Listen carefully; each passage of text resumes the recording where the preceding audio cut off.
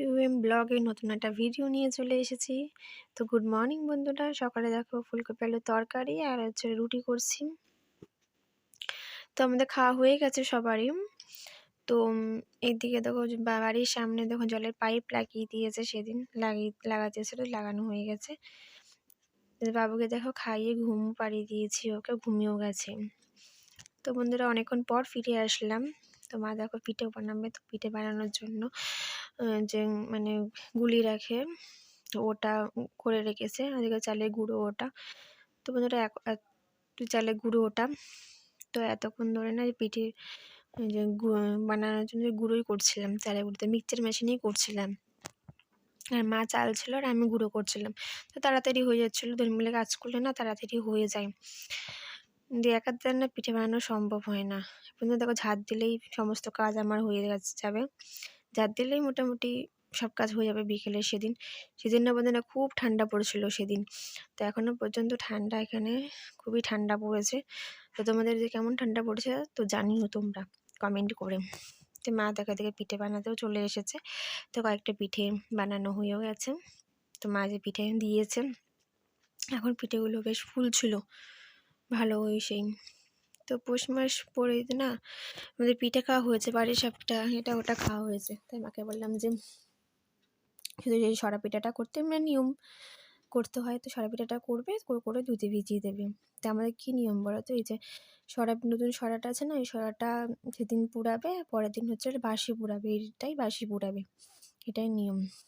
তো পৌষ পার্বণের পরের দিন বন্ধুরা চলে আসলাম।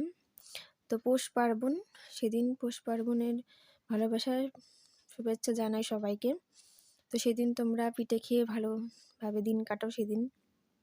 তো সেদিন সকালে শুধু রান্না করেছিলাম যে ভাত আর যে মিষ্টি আলু ভাজা আর হচ্ছে সোয়াবিনের তরকারি, পালং শাক, অনেক কিছু সেদিন করেছিলাম। দিয়ে দেখো বাবুর ঘুম পাড়িয়ে দিয়েছিলাম। বাবু যে ঘুম থেকে উঠে গেছে, ওর ঠাম্মির সাথে খেলছিল উঠে। তা জামা প্যান্ট পরিয়ে দিলাম, খুবই ঠান্ডা পড়েছে। জামা প্যান্ট পরে ঠাম্মির সাথে এখন থাকবে।